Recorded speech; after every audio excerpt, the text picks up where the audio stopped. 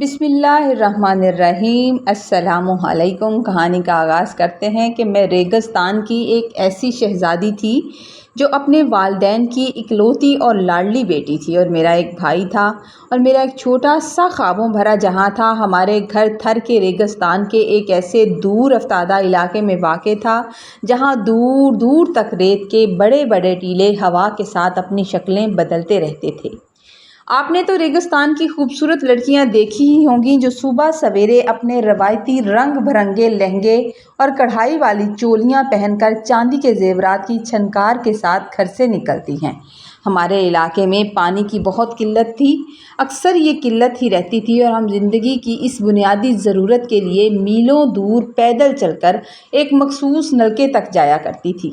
جب میں اپنی سہیلیوں کے ساتھ سر پر گھڑا اٹھائے اس تپتی ہوئی ریت پر چلتی تو سورج کی تپش میرے چہرے کو گلاب کی طرح سرخ کر دیتی تھی۔ تب میری سہیلیاں مجھے دیکھ کر شرارت سے مسکراتی اور کہتی، زلیخا تم تو آج بالکل کسی شہزادی کی طرح لگ رہی ہو، ڈرو کہیں اس ویرانے میں کسی شہزادے کی نظر تم پر نہ پڑ جائے۔ اور میں ان کی بات سن کر کہکا لگاتی تھی، یہ مانتے ہوئے بھی کہ اس ویرانے ریگستان میں آخر شہزادے کہاں سے آئیں گے۔ ہمارے قبیلے کے نظام میں ایک بااثر خاندان کا سکہ چلتا تھا جس کے سربراہ کا نام ہم سردار زور آور کے نام سے جانتے تھے۔ اس سردار کے 2 بیٹے اور ایک بیٹی تھی، اور اس کا چھوٹا بیٹا عمر میں میرے بھائی علی شیر سے کافی بڑا تھا، لیکن شاید دوستی کی کوئی عمر نہیں ہوتی، اس لیے ان دونوں میں گہری دوستی قائم تھی اور وہ اکثر ہمارے گھر آتا جاتا تھا۔ میرے ابا ایک سادہ مگر اصول پسند انسان تھے۔ وہ اکثر علی شیر کو تنبیہ کرتے، اسے منع کرتے کہ بیٹا دوستی ہمیشہ اپنے برابر کے گھرانوں میں کرنی چاہیے، اپنے برابر کے لوگوں سے کرنی چاہیے، کیونکہ جو لوگ اپنے سے اونچے اور امیر گھرانوں میں دوستی کا ہاتھ بڑھاتے ہیں وہ آخر کار ذلت اور نقصان ہی اٹھاتے ہیں۔ علی شیر ہنس کر یہ بات ٹال دیا کرتا تھا اور کہتا تھا، ابا پرانے ہو گئے آپ، اب آپ کا نظریہ بھی پرانا ہے۔ وہ میرا یار ہے اور اس نے ہمیشہ مشکل وقت میں میرا ساتھ دیا ہے۔